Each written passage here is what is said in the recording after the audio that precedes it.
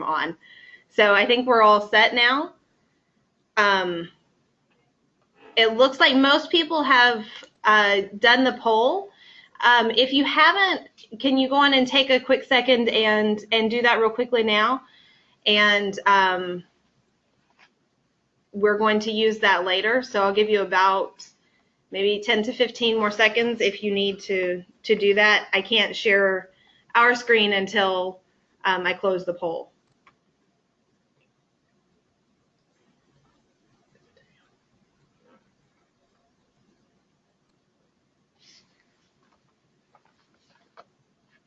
About 10 more seconds if you're still voting.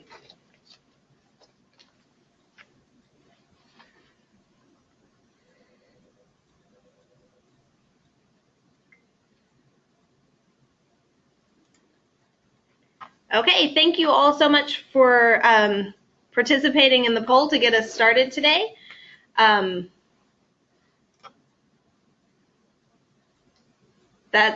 We're trying out a new feature there, so thank you all for bearing with us. And I'm switching over hopefully to my PowerPoint in just a second for you. So to get us started today,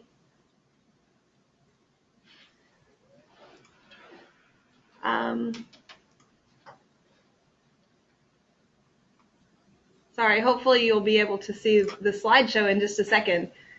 Just try to hit this.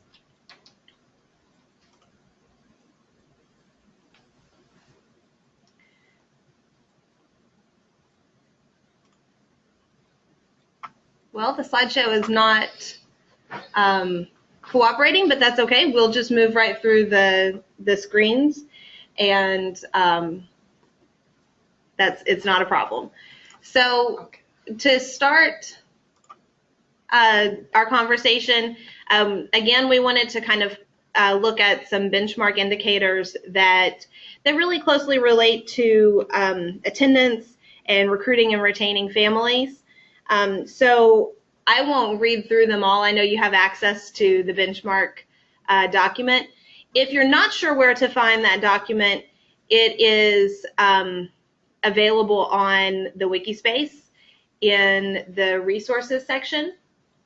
And I know as you've received your technical assistance visit reports, you've seen some detail from those benchmarks. So obviously, looking at recruiting and retaining families, parent time is going to be a major factor for that, because that's really where you have a really strong, consistent meeting with the parents. Moving through other areas of the programming as well, you can see what other benchmarks we've pulled out. And these really just relate to ideas that recruitment and retention would be important to support. We also wanted to kind of look at the reason that today's webinar topic came up. As a lot of people are kind of reflecting on this year's programming, there have been questions about specifically how to recruit and retain families, because everyone is wanting to ensure that they are certainly meeting the minimum expectation of the grant, which is that at least 75 families will meet the requirements for graduation within 3 years. Those requirements being 2 hours a week of parent time, 2 hours a week of PAC time, 3 family service learning projects per family, and as much family mentoring as possible, both informal and formal. Most people are doing an awesome job of reaching that, and we've really been excited that a lot of organizations, you guys have been asking us for ways that you could increase that even, so that because you have goals for your organization that exceed the minimum expectation, you're really looking for ways to make that happen. And so we're really excited that a lot of people have been wanting to talk more about that, and so that's really where today's session topic came from. We do have a couple of hands up. I just want to check, are you guys still with your hands up, just to let us know that you could hear us, Elena and Carla? or if you have a comment, then by all means chime in. Okay, I see that, Elena.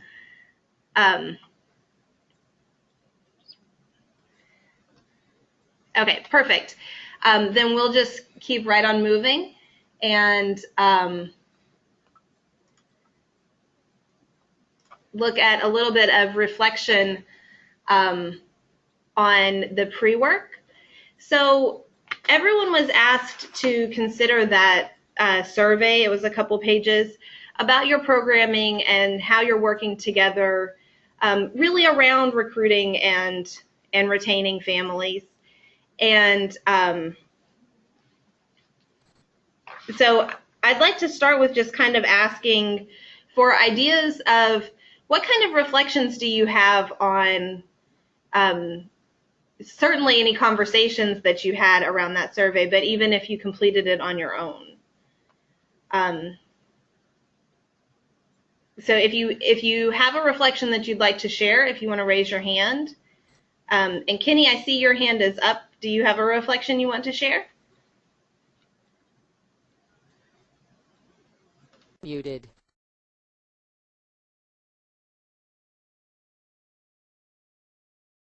Unmuted. I am so sorry. I usually unmute you all when you come in and did not do that this time.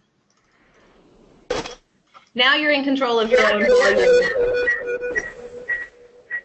That's not our side.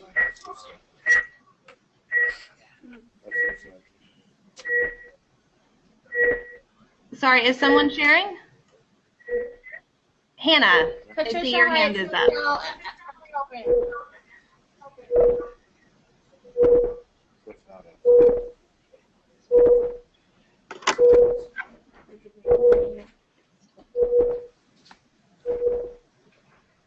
Hello? Hi, before you respond with your reflections, I think that someone's site maybe has two people who are connected in the same room. Usually that's where we get that feedback. You guys are not on, right? So you might check real quickly. It sounds like it may have stopped actually. No, I just haven't done it. Hi, this is Hannah. Do you want me to? Hannah. So for our program reflection, recruitment and retention has been like an ongoing developing process. Our office, our organization actually restructured, and so now we have different departments for different purposes. So we have an admissions department whose job is to recruit at this point, but that hasn't been happening in practice. So I think we're all focused on the type of message that's really important for our parents, but also that the expectations are clear from the beginning. I think in terms of like the most successful recruitment, it's oftentimes been by other parents. So like hearing what they're learning, hearing how their kids are improving, hearing how they're able to get involved in the community has been huge. And also getting like referrals, not only from within our organization, so other case managers or whatnot, but also from the school sites has been great. Great.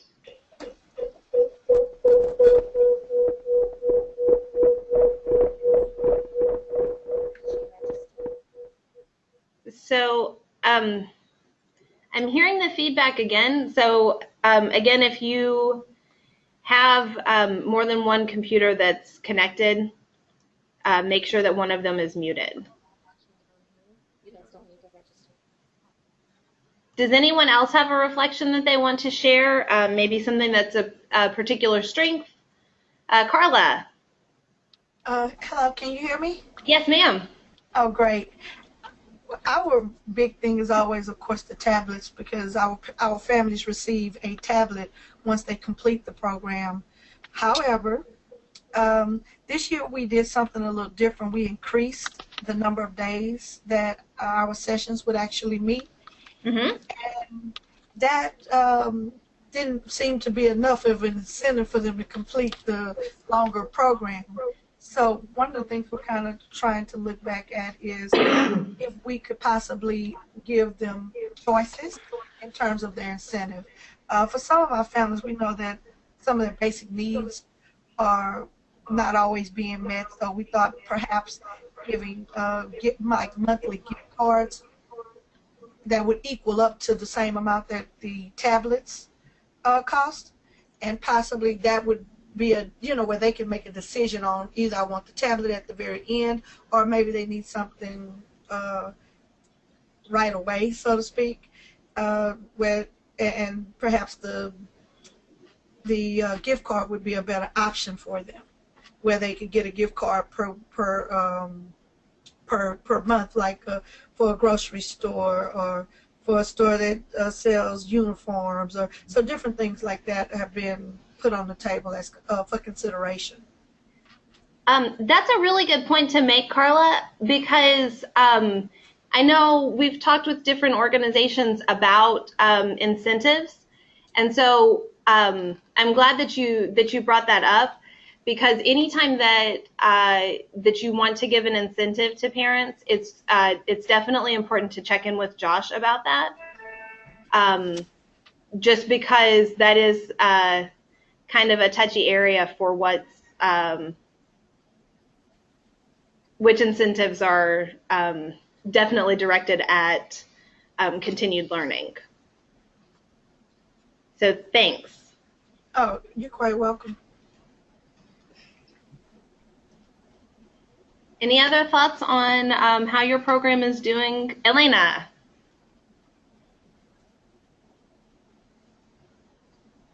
Hi, can everybody hear me? Yes.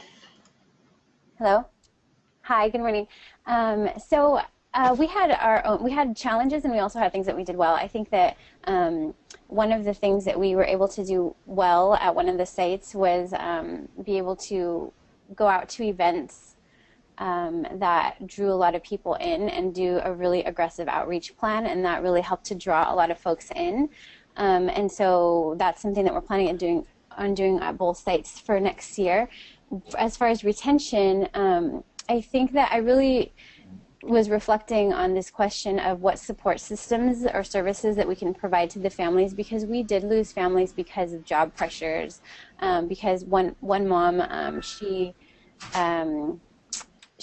went to class to get her GED, and so it was really unfortunate. We were trying to find a way to be able to keep her, because we didn't want that to be, we wanted to support her in that, but her just plain not attending ever was a problem, because her classes were 5 days a week. So I think that, in thinking about that, one of the solutions I came up with was, I really like what Houston did and what a lot of the other folks did about starting the family mentoring off the bat and really helping the families to create those bonds, so that, one mom couldn't come a lot because she was on call at her job and she had no one to take her son. And so we kind of tried to establish, well, can someone else take them? But we hadn't yet established those strong bonds within our groups enough for them to feel safe enough to say, hey, can you help me out with this? So I think that's something with the family mentoring and really kind of doing that community building up front to create those systems for the families is something that we really need to work on for next year. Great.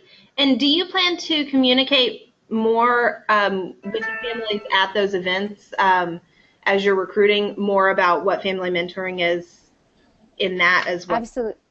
Yes, I think that we're planning for a longer immersion event, and because we really did heavily weigh on the incentive, which is all of our families are going to receive an iPad at graduation. All of the ones that completed all of their commitments will receive one and continue to graduate, and that was just a huge thing in drawing them in the first place. And I think then the immersion event can really frame just the sense of working together and building a community to be able to support one another in our goals to continue on to graduation. Great.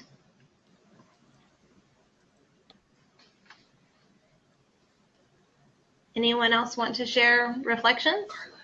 Oh, sorry, Carla, I didn't see your hand again. My hand isn't up. Oh, maybe I thought I clicked it before, but maybe I didn't. Okay. Well, see, it's back up again. It's back up now? Yeah, and It's showing that it's up on my side, and then I keep putting it down. I put it down I'll now. leave your hand alone, Carla. I'll come up with something to say if you'd like. Well, Joanna has her hand up too, so I'll call on her. Hey.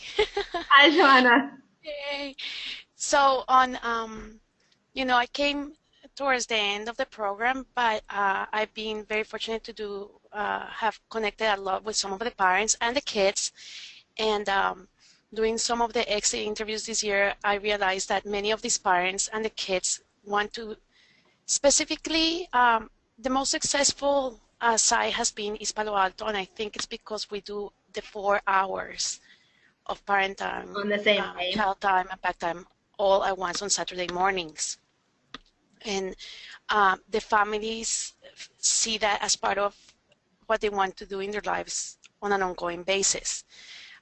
Parents and kids now are saying, what are we going to do on Saturday mornings? And so I think it's super important to think of that model as the most successful one we've had so far, and maybe continue it. Some of these parents definitely, I want to see if they will go with us to recruiting events, because nothing is better than the testimony of them at events like that, where they are talking to other parents about the success of this program, because when they're talking to us at exit interviews, they're so inspiring, Right. so inspiring. So, and the kids want to come back and they want to play with other kids. And there's some of these parents are still very isolated. They've created bonds with some of the other families, but they definitely are sad about finishing the program now. Like, some of them are asking if they can come back. That's great. Yeah, and the one thing that I definitely think we need to do more of is have a very consistent presence in the schools. Maybe open house days or something, if they have anything right before school starts or anything of that sort. So the teachers have more familiarity with the program than what they currently have. Definitely. I think that's a great idea. And last year, I believe Toberman Neighborhood Center also, over the summer, they had a recruiting booth that involved some parents from the previous program year. And that seemed to be very effective in getting more families involved and excited about the programming too. So yeah, that's definitely a great idea. Good morning. This is Sandra from Toberman. Hi, Sandra. Hi, Patricia. Hi, everyone. Just to chime in on what Patricia is saying, we have a very successful outreach when we do our back-to-school event. And in any special events, we try to promote the program. But in specifically our back-to-school, we actually have parents that have graduated to help out and do outreach to try to recruit other new parents. And so that's been, like Patricia said, it's been very helpful, because it kind of brings in families to say, oh, well, it might be interesting, we have these actual parents that were part of the program, and their own testimonials about how they went through the whole year in the program. And so it's like, even as Elena had mentioned, heavy outreach in special events, and we also go to schools, and so put that word out there, and put flyers in, and try to get as more parent participation as possible. Currently in LAUSD, preschools are closing, and so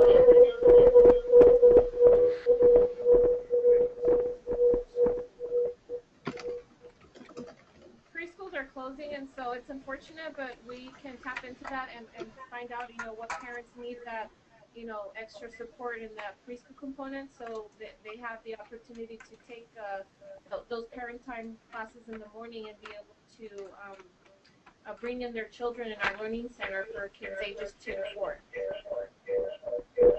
Great. Thanks for sharing. I think that you guys may have 2 feeds for audio going on at the same time. So I'm going to mute you, and if you have a comment, if you'll raise your hand, then I'll unmute you, okay? Yeah, Oh, we fixed it.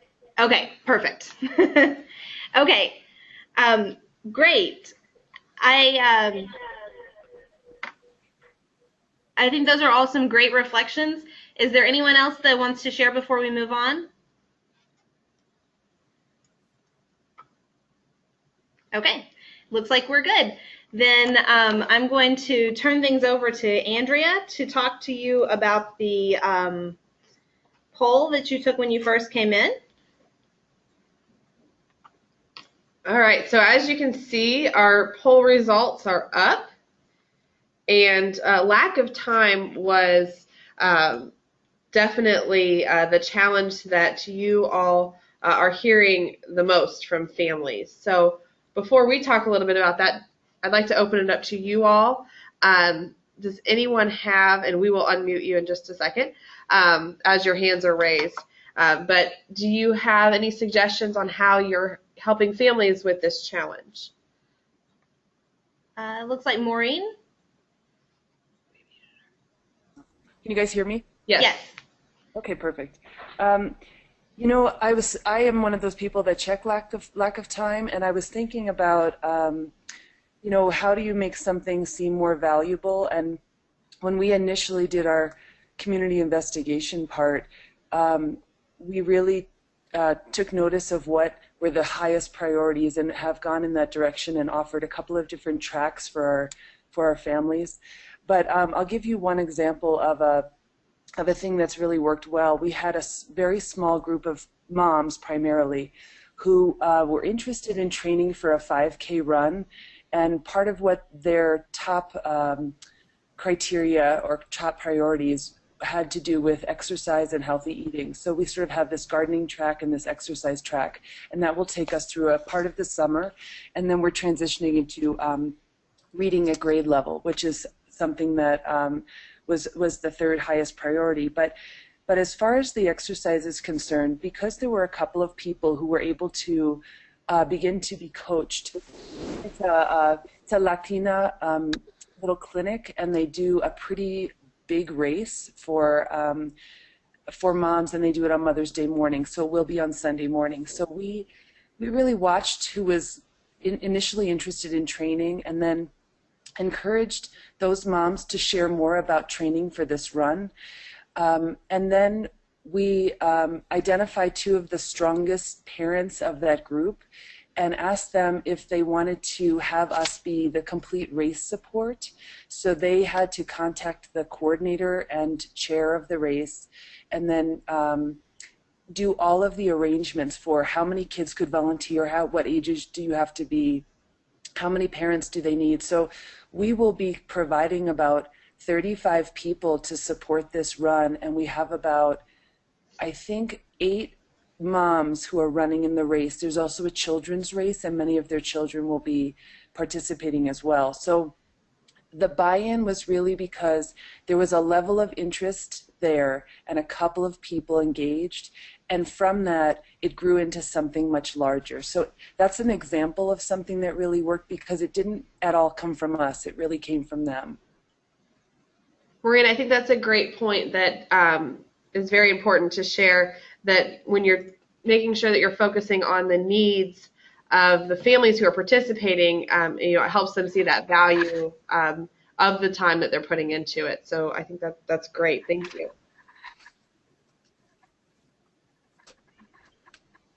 Sandra, did you also have something you wanted to share? No. Okay.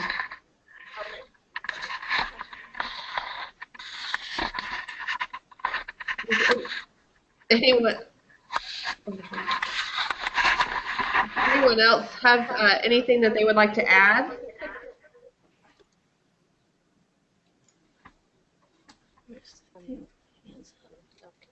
Sandra, your hand's up again.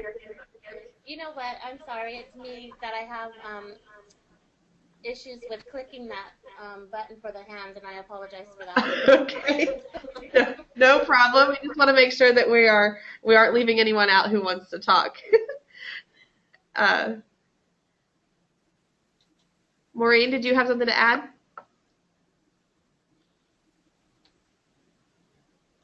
Nope, and I put my hand down. So Okay. it went back up when I hit the, if you hit the microphone, it goes back up. So I'm going to mute myself again, and then I'll hit it down. Okay. Rulene. I just had a question. Sure.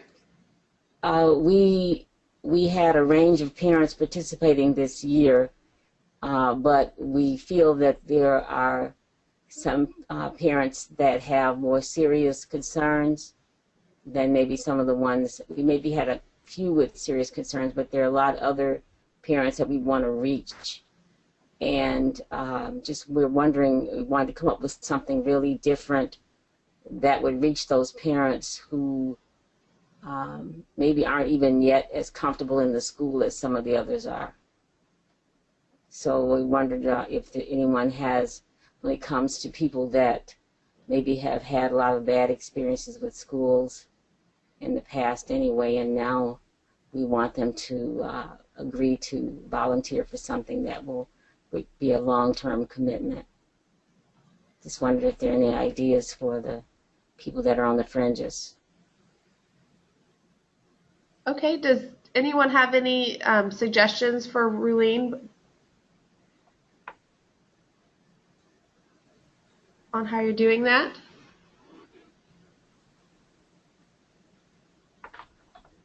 Oh, Maureen? I think it flipped itself, but I'm happy. That's really funny. Like, okay, you've been chosen out of the group. Rulene, one of the things I also feel like that happens a fair amount, and I've done a fair amount of like sort of research on sort of like cultural awareness, and part of I think the problem is, you know, all of it is seen seemingly like a system, like the school is a system, and so you don't feel part of that system necessarily because you don't know how to function in that environment.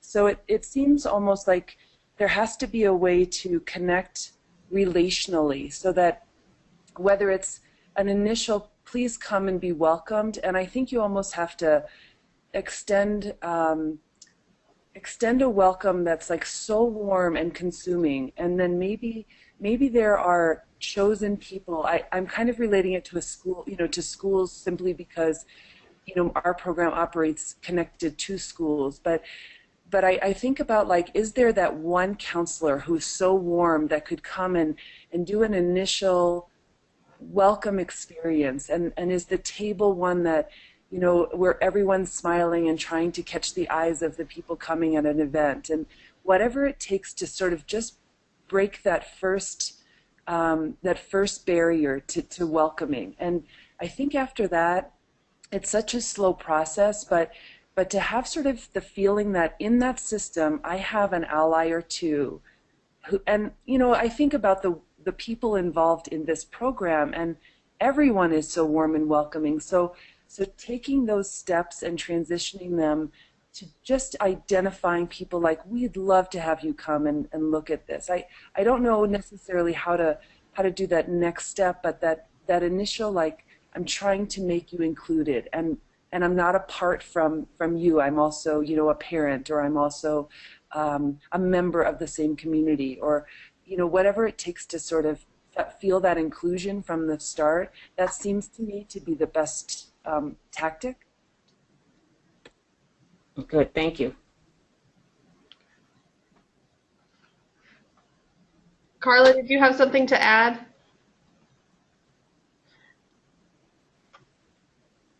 No, my hand isn't up. It seems like every time the panel goes in and out, it changes my status. Okay, we'll put it back down.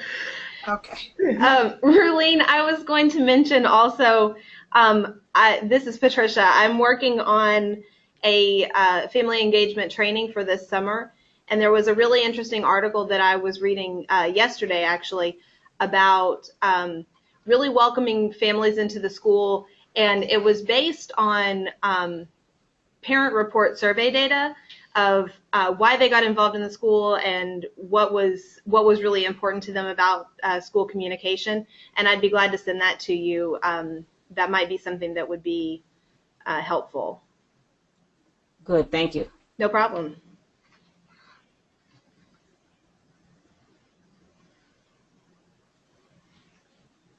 Okay, well, we'll go ahead and look at some things. Now, some of these you've already mentioned, but some things to think about before recruitment begins. So you already have done some of the pre-work with the survey that you did or the checklist that you did before you came to this webinar, but really think about before you start recruiting families, what are the strengths of your program? What do you have to offer to families? How are you going to target the participants that the program can address or maybe should address?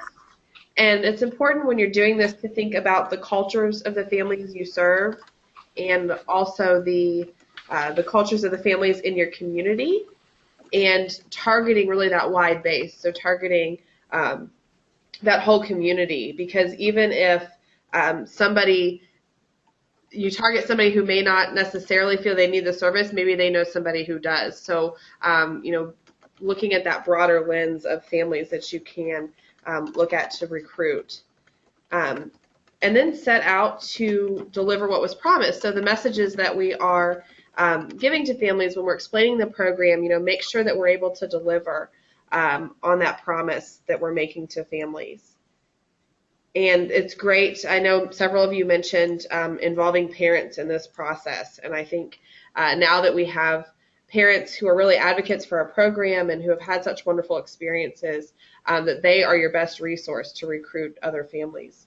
So definitely involving parents in the planning process and looking at how you're going to plan those family immersions. So all of us have had at least one, if not two, family immersions. So and some of you shared earlier some things that you'd like to do this year to really create that sense of community and make sure that parents have all the information.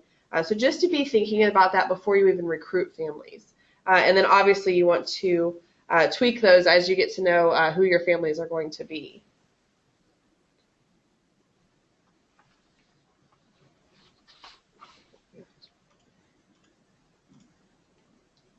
Some of the recruitment activities, and I'll just go through a few, and then please add some of your great ideas from what you've shared or what we know you've been doing. But doing some sort of a media blitz, so looking at TV and radio announcements, maybe having parent interviews out as an example, some testimonials, looking at the flyers that you're going to send out.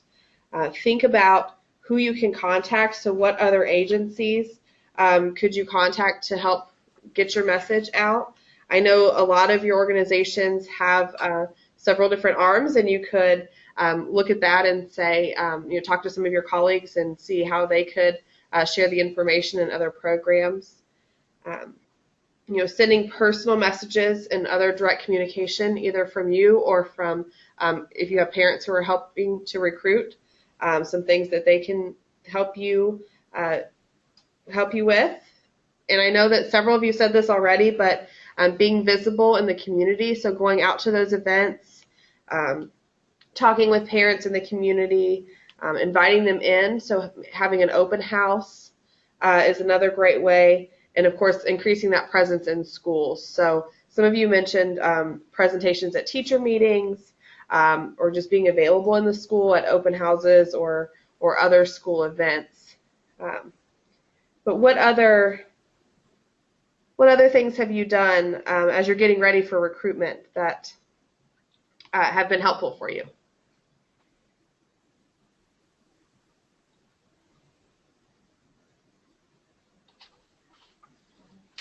Joanna? Yes, so one of the things I did was drag Elena to a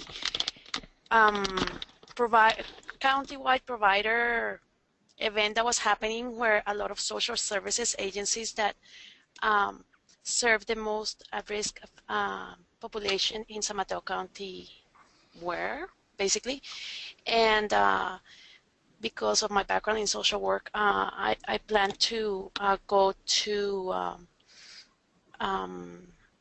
their monthly meetings to talk about the program, the power of the program. So therapists, child protective services, social workers, and other organizations of that sort have TFL in their mind and have some of our flyers at their agencies for families to contact us if they're interested. Thank you. I think that's a great resource that everyone knows about you, and that they're able to guide the parents who could really use the services in your direction. That's great. Mm-hmm. Maureen? Nope, my hand's not up. I don't know what it is, Maureen and Carla, but your hands just keep popping up. My hand is up now, though. My hand is really up this time. Okay, Carla, go ahead. I was just listening as thinking about the social services. One of the partnerships we've worked on with from Houston Public Libraries with Children Protective Services, where we have a connection there, so that when we recruit for the different locations, that we send them information, and they always have families that are looking for like the parenting classes. But what we explain to them, because the parenting classes typically cost money, that they, that are offered in the city. So we explain to them that we have them available for free, but you have to do more than just the parenting classes, because our parenting classes meet every other Tuesday or every other Thursday, depending upon which location we're at. And they have to complete the entire program, so that becomes another issue. Are they willing to do our entire program as opposed to just the parenting part that they need for, for whatever court mandated issues they have. And so that's been definitely a good source of families. Great, thank you. You're welcome. Hannah? Hi. So for us, it's actually a newer partnership.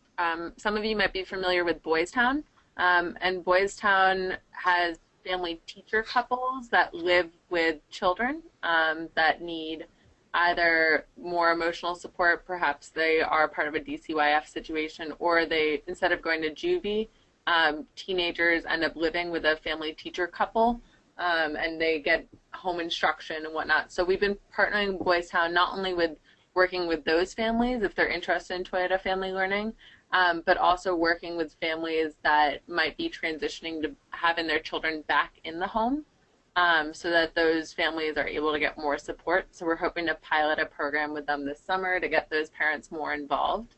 And then also from a social service agency perspective, we are embedded within an organization that has case management. So we get referrals through that, but if you are at another type of organization that isn't necessarily connected with a direct social service provider, I think it's really helpful often to reach out to the case management departments, because even if it's not necessarily a citywide or a DCYF sort of regulation, a lot of times educational programs do have those types of supports that would be able to refer to Toyota Family Learning. Great, thank you. Elena? Hi, could you hear me? Yes.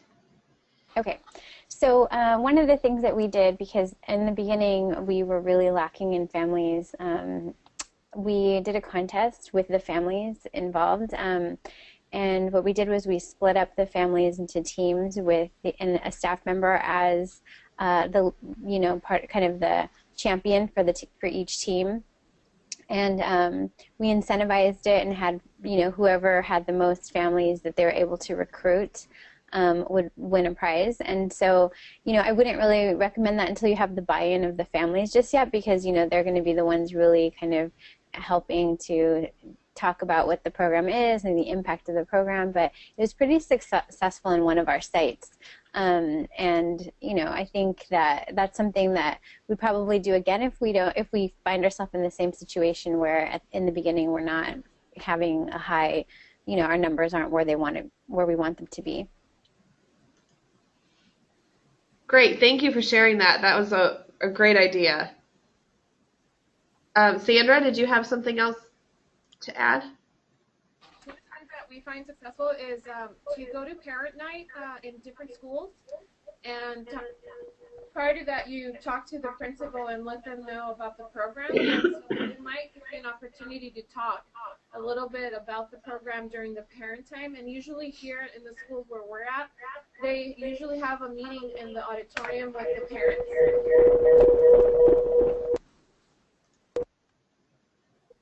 And that gives an opportunity to whoever's going to speak about the program and try to get any parents that are interested in going or participating in the immersion. And so that's been helpful as well. And some principals are pretty lenient in trying to allow you to talk a little bit about the program.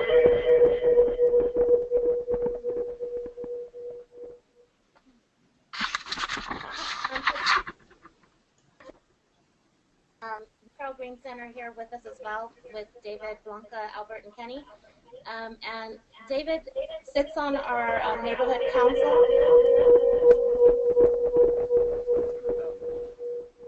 And with that, it gives him a great voice in his community to be able to speak about the program, and with the leadership there to get involved with recruitment of the families.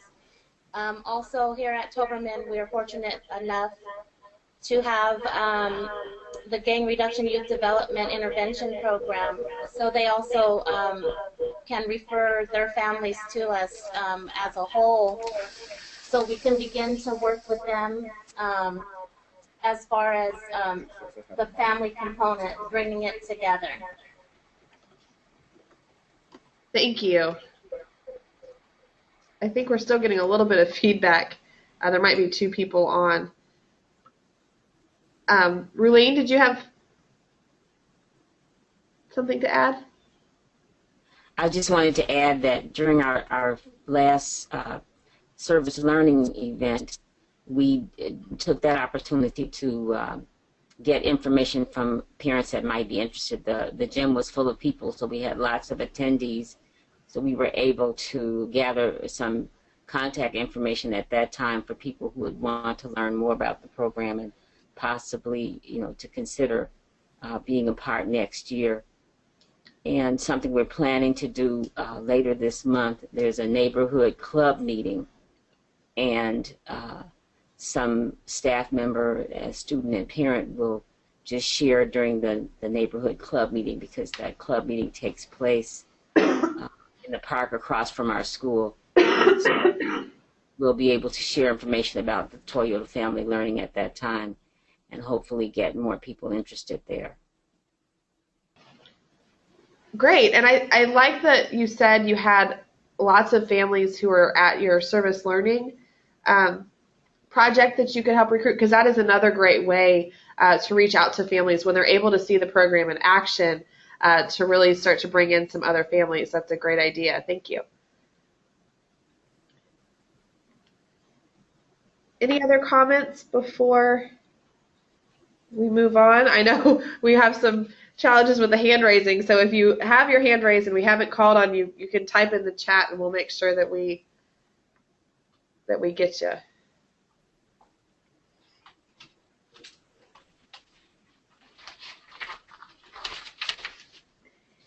I think it looks like we're probably, everyone has commented.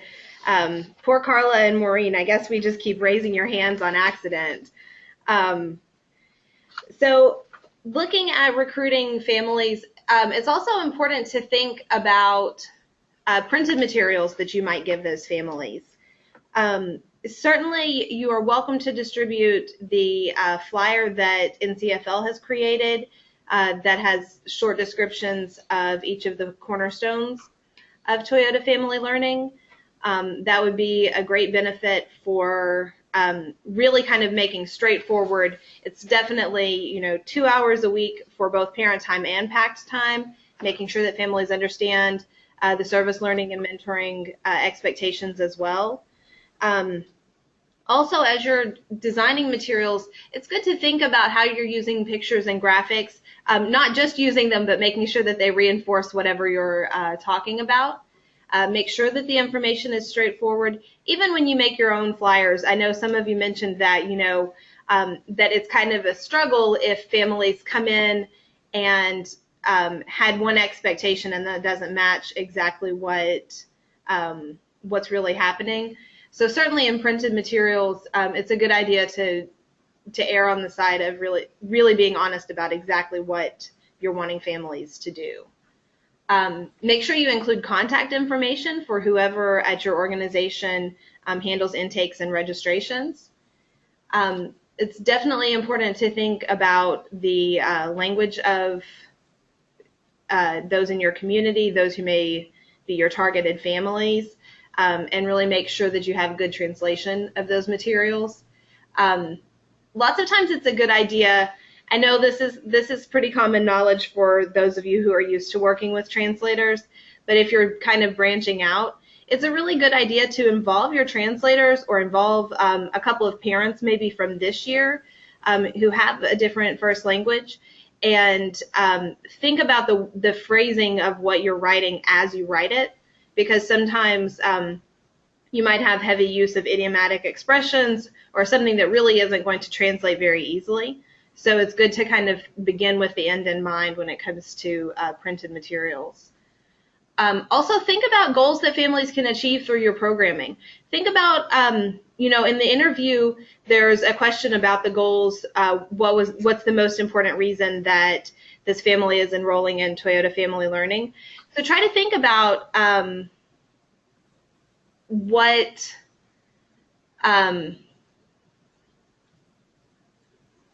goals kind of came to the top that your families have had. And even, I know at a couple of programs, there are goal sheets that families make, or even your program goals. Really think about that and what of that is most attractive to families. If you're working with a population like Carla described, where a lot of families maybe are wanting to achieve their court-mandated parenting requirements, then that might be, you might skew a little bit more toward thinking about what they're getting from the parenting and how the other parts are going to be beneficial to that. Finally, try to be as brief as you can.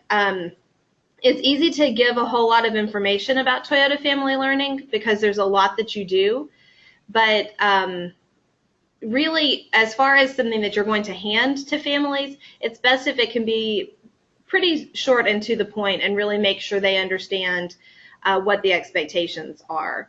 If the family comes to family immersion and realizes after that day and a half or so of training with you that, this really isn't the thing that I want to do right now, that would, it happens. And so it's best to really make sure that they have as much really concrete, solid information at the beginning, and then expand on what all of those aspects look like a little bit more through intake or through immersion. Are there other ideas that you guys have for printed materials, specific places that you distribute those that have been really beneficial, or anything you'd like to share about that?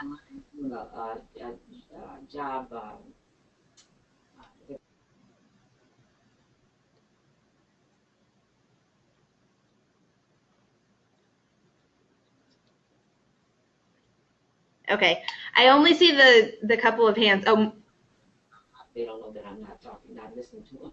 Rulene, are you? Did you have a comment?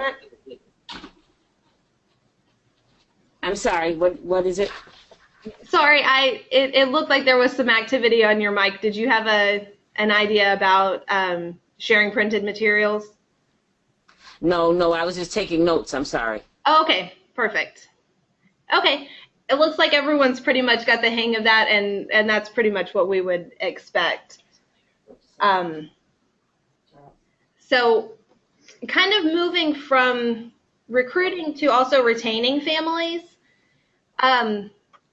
In past grant programs, program staff have actually created year-long recruitment plans.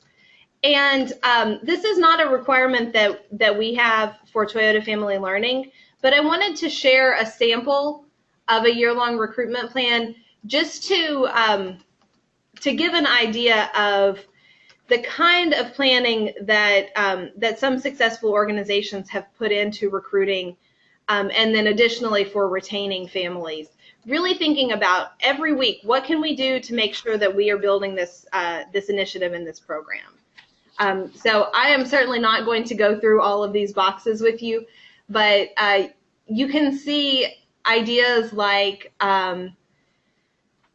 building bulletin boards and updating those. Actually, that comes up fairly often on this sample plan. Planning activities where families might bring guest families, having a bring a buddy night. So really kind of thinking about things that you can do throughout the year.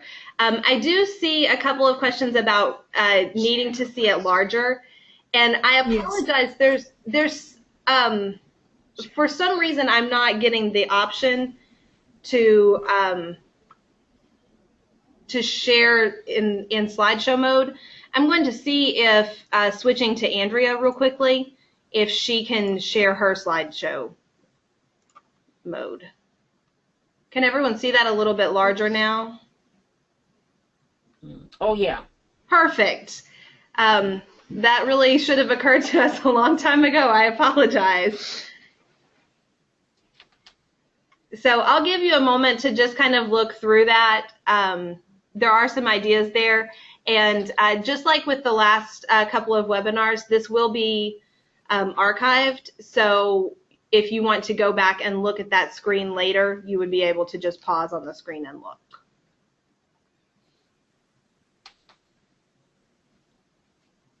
So thank you guys for asking about that. I had messed around with it a little bit, but on my screen couldn't get it to move over.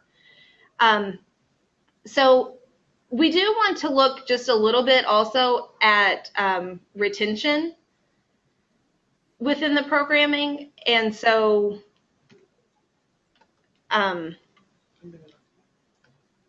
okay, so we really wanted to kind of think about common ideas of where are your families if they're leaving.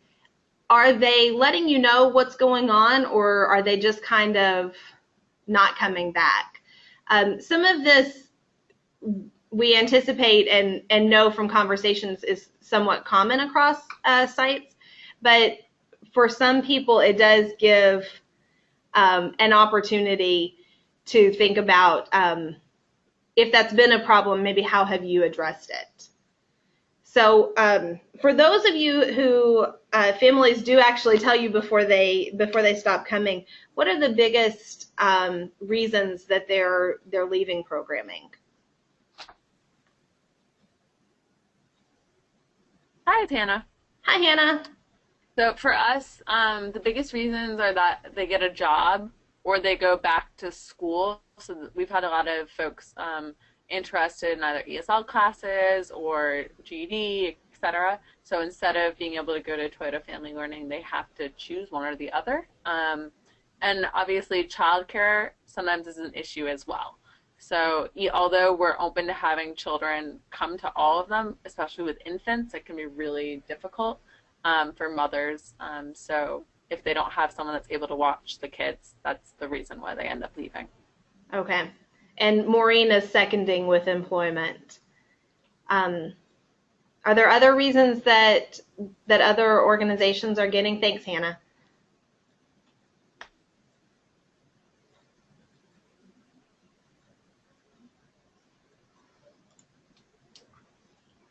Jennifer?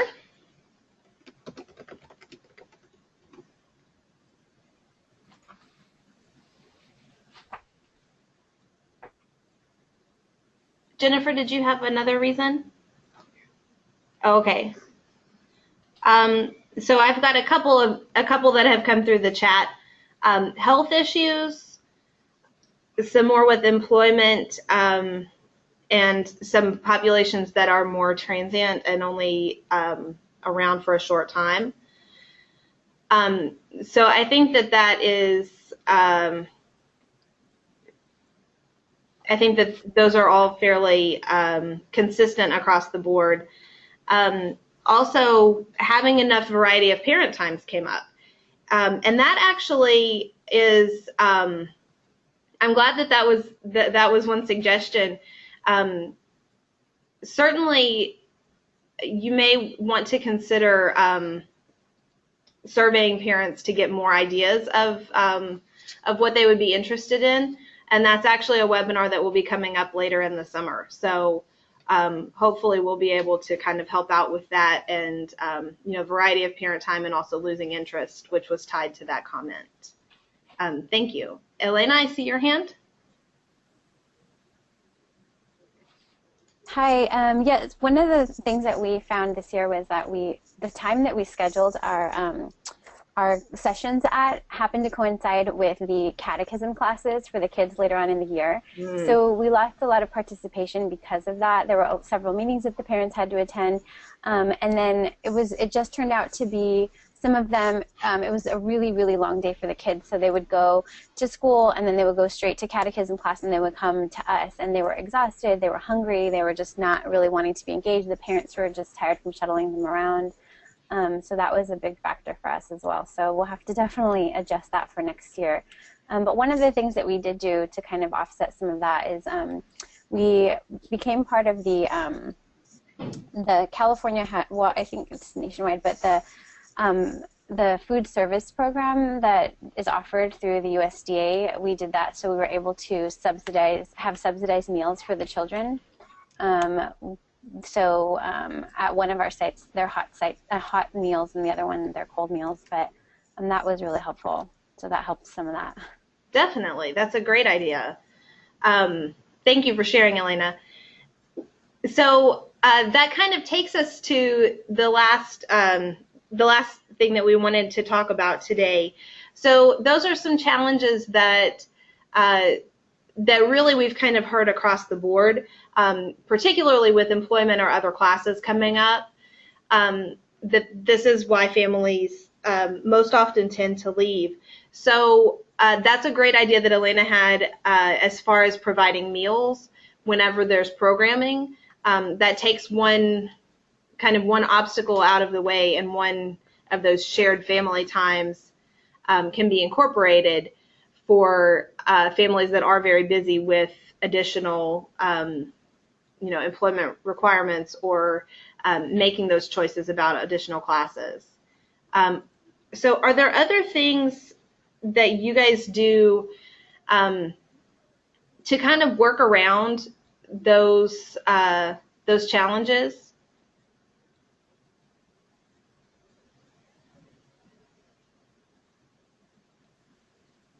Joanna?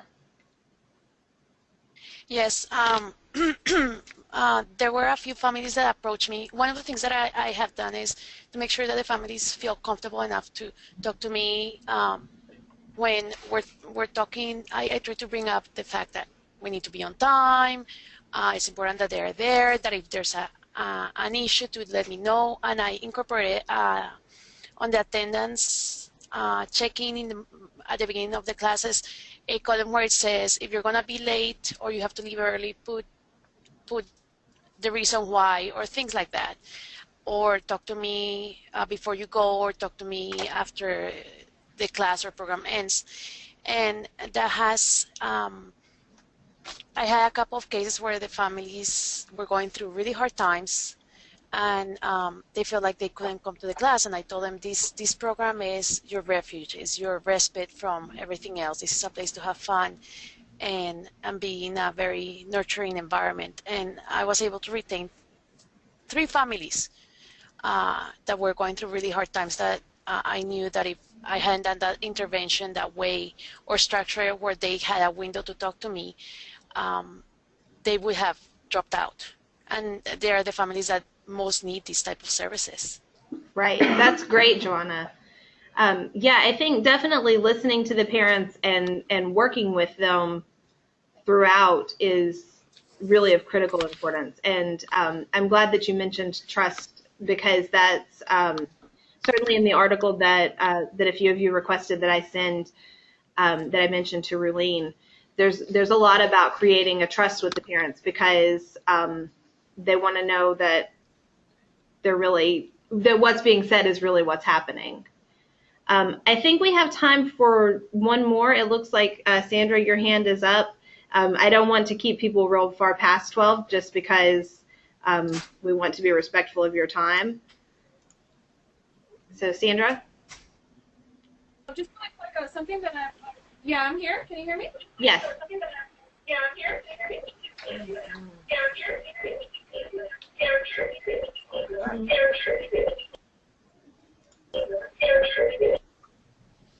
Sandra, I hate to ask you to, but I might need to get you to just type it in the chat, and I can read that out. And while I give a second for that, I hesitate to ask, but Carla, your hand does appear to have just popped up again, and your mic is not muted now. Okay. Well, really quick, I was thinking with us, because we have Saturday sessions, I'm thinking this next, with the third cohort, we'll decrease the Saturday time. I'm going to propose that anyway, because that seems to be a major issue with the families, because a lot of things are going on Saturdays, birthday parties, family time, festivals and everything, and that causes some problems. I think that can be a deterrent for some of the families. Also, one of the things I've tried to do is, like, when there are situations where there are festivals and things like that during our Saturday sessions, I let them know that I can give them credit for parent and child together time, but just bring me back pictures or to show that, as an artifact, to show that, that they've attended and, the fun that they've had, and be able to come back and report that to the family. So I think trying to be a little bit more flexible with how with the requirements, not saying that I hate to use the term dummy down I want them to know that we're promoting that pack time. So if they're doing things like that come up, then bring us back documentation or artifacts so that we can give them credit for that time as well. Sure, and that would be, that's a great idea, Carla. That would be a time also that you might say, we totally understand that you needed to miss pack time this one time. If it's something else that's come up that's not going to be solid pack time, you might even make a suggestion of something on the family time machine. Mm-hmm.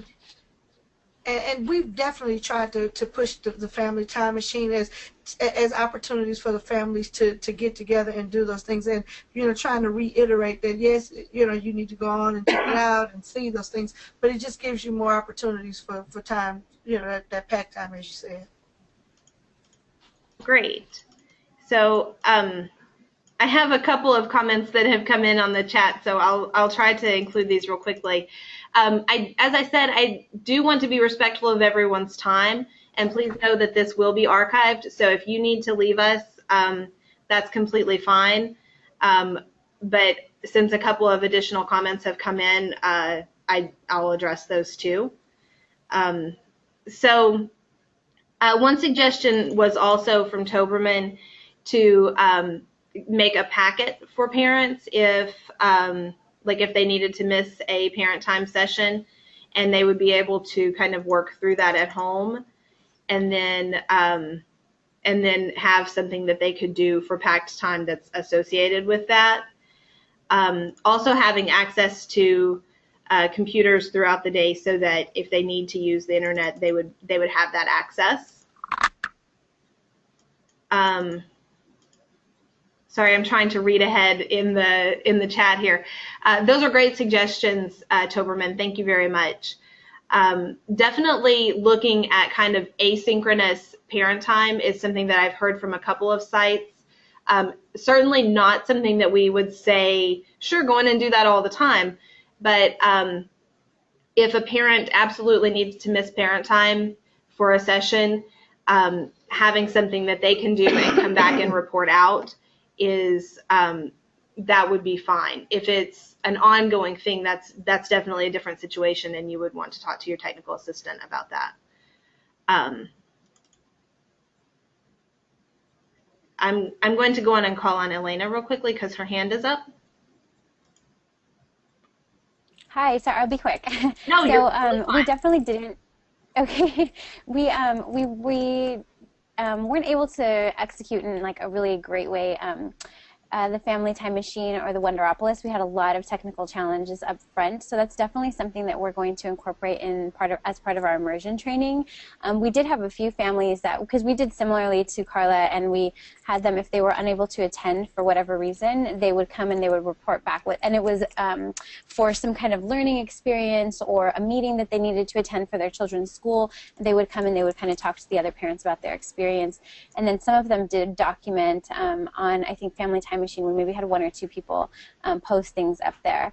But that was something that, you know, we really want to get stronger at for next year. There was one other thing I was going to say, and I just don't remember what it was, but it'll come to me and then I'll send it all to you. Okay. Well, if you want to think about it, there were a couple of other questions in the chat, so I'll address those and maybe you'll remember. Okay.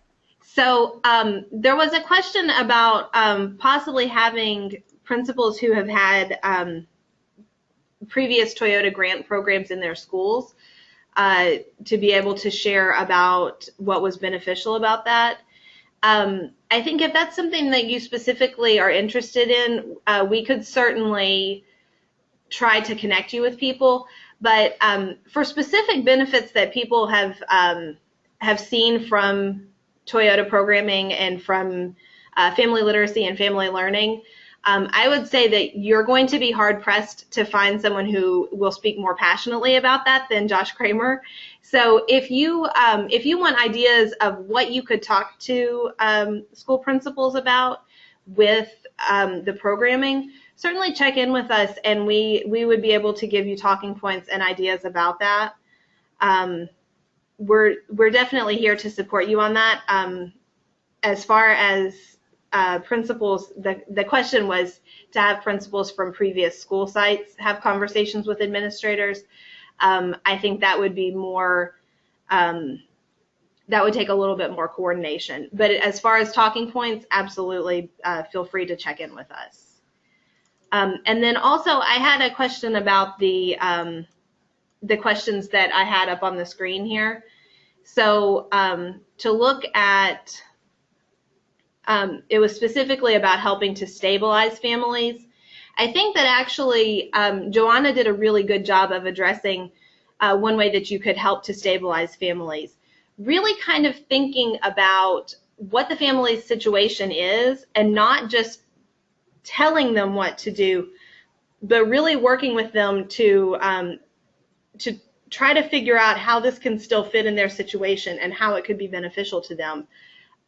That's a really good way to stabilize what's going on with that family, so that they feel comfortable if they choose to continue. Elena, I see that your hand is back up.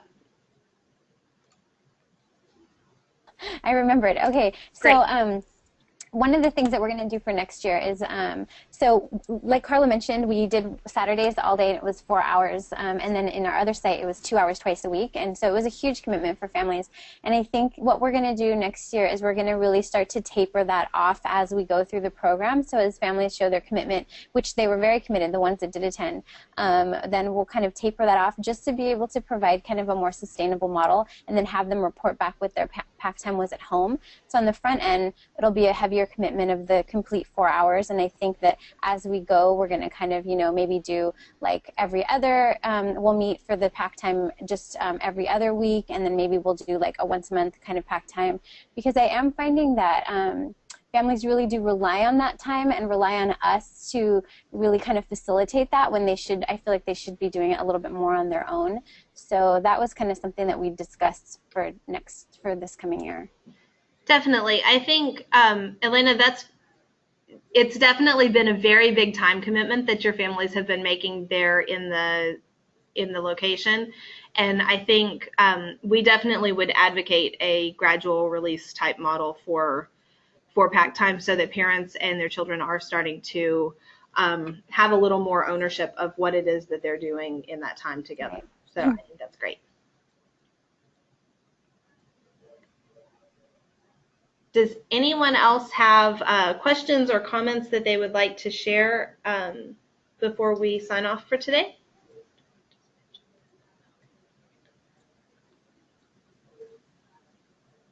Okay, it doesn't look like it. Just a reminder, we do have a couple of more webinar sessions coming up this summer, so stay tuned for those. And for pre-work, there probably will be something for each one just to kind of spark your juices a little bit. And we'll look forward to seeing you all on here again soon. Have a great day. You too. Great to hear you. You too, Joanna.